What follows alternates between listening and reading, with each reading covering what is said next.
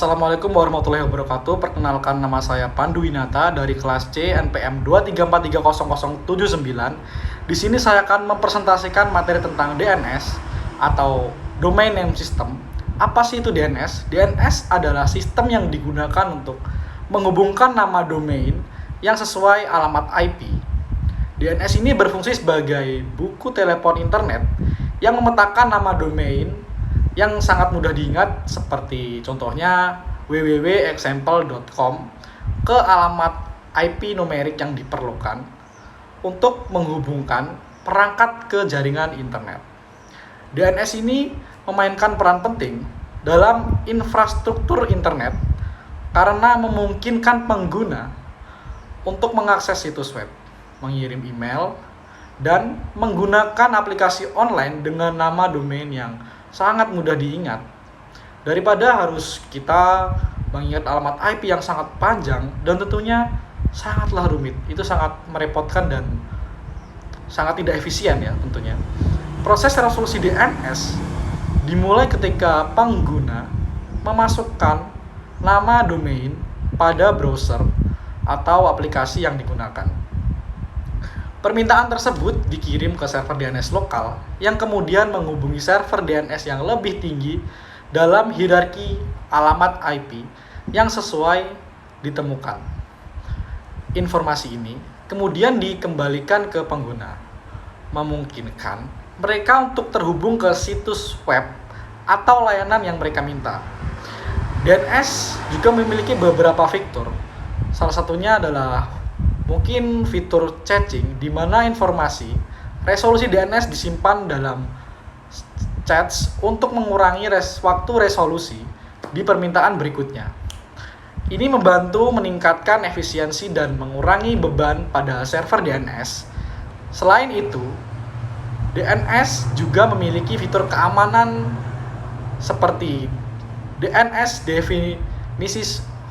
seperti DNS Security Extension atau disingkat DNS SEC, yang memberikan tanda tangan digital pada informasi DNS untuk memastikan keabsahan dan mengurangi resiko pemalsuan DNS. Secara keseluruhan tersebut, DNS dapat disimpulkan sebagai komponen kunci dalam infrastruktur internet yang memungkinkan pengguna untuk mengakses dan berinteraksi dengan berbagai layanan online dengan menggunakan nama domain yang sangat mudah diingat, simple, dan sangat efisien. Nah, DNS ini memiliki kekurangan dan keunggulan. Yang pertama, saya akan membicarakan tentang keunggulannya. Keunggulan DNS, yang pertama ada kemudahan untuk pengguna. DNS memungkinkan pengguna untuk mengakses situs web dan layanan online dengan menggunakan nama domain yang sangat mudah diingat, seperti yang saya jelaskan tadi di atas, daripada harus mengingat alamat IP yang rumit dan tidak efisien. Ini membuat pengguna internet menjadi lebih mudah dan nyaman dalam menggunakan internet karena semuanya sangat mudah dan efisien tersebut. Dan kemudian yang kedua ada keunggulan tentang skalabilitas. DNS dirancang untuk mengelola jutaan nama domain dan alamat IP yang terkait. Ini membuatnya sangat scalable dan membuat menanganinya volume lalu lintas yang tinggi di internet. Keunggulan yang ketiga adalah efisiensi jaringan. Dengan menggunakan caching, DNS dapat menyimpan informasi DNS yang sering digunakan dalam chats. Ini dapat mengurangi waktu resolusi DNS dan mengurangi beban server DNS itu sendiri, sehingga meningkatkan efisiensi jaringan yang tentu saja itu dapat memudahkan kita untuk menggunakan internet tersebut. Kemudian selanjutnya ada keempat, load balancing. Load balancing ini DNS dapat digunakan untuk melakukan load balancing dengan mendistribusikan lalu lintas jaringan secara merata ke beberapa server dengan alamat IP yang sama.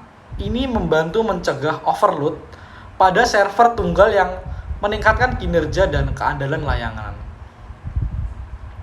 Kemudian keunggulan yang kelima ada redundancy atau disebut sebagai failover. Dengan mengkonfigurasi beberapa server DNS dengan alamat IP yang berbeda, DNS dapat menciptakan redundancy dan failover dalam infrastruktur jaringan. Jika satu server DNS tidak tersedia, permintaan dapat dialihkan ke server yang lain, menjaga ketersediaan dan keandalan layanan tersebut.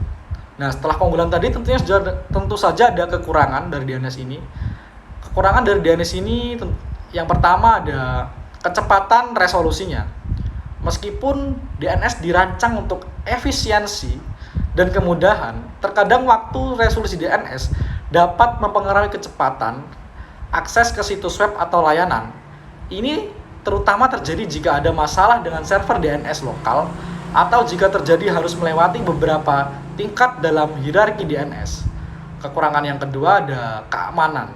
Dalam keamanan DNS, sangat rentan terhadap serangan seperti DNS spotting atau DNS charge, poisoning, di mana informasi DNS palsu disebarkan untuk mengarahkan pengguna ke situs web atau layanan yang tidak sah. Untuk mengatasi ini, teknologi seperti DNS SSID digunakan untuk memberikan keamanan tambahan pada DNS tersebut. Kekurangan yang ketiga ada pembaharuan propagasi. Ketika ada perubahan dalam sistem DNS seperti perubahan alamat IP atau penambahan nama domain yang baru, pembaruan tersebut perlu dipropagasi ke seluruh server. DNS ini di seluruh jaringannya.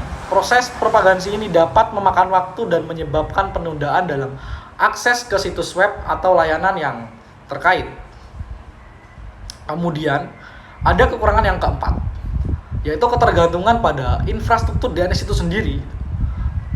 Ketergantungan pada DNS membuatnya menjadi titik kegagalan potensial dalam infrastruktur jaringan.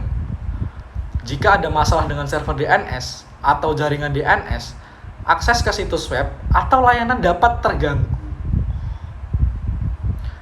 Meskipun memiliki beberapa kekurangan, DNS tetap menjadi komponen penting dalam infrastruktur internet yang memungkinkan seorang pengguna untuk mengakses dan berinteraksi dengan berbagai layanan online dengan menggunakan nama, domain yang mudah diingat, efisien, dan sangat simpel. Demikian penjelasan DNS dari saya. Bila ada kurang dan salahnya, saya mohon maaf. Saya akhiri. Wassalamualaikum warahmatullahi wabarakatuh.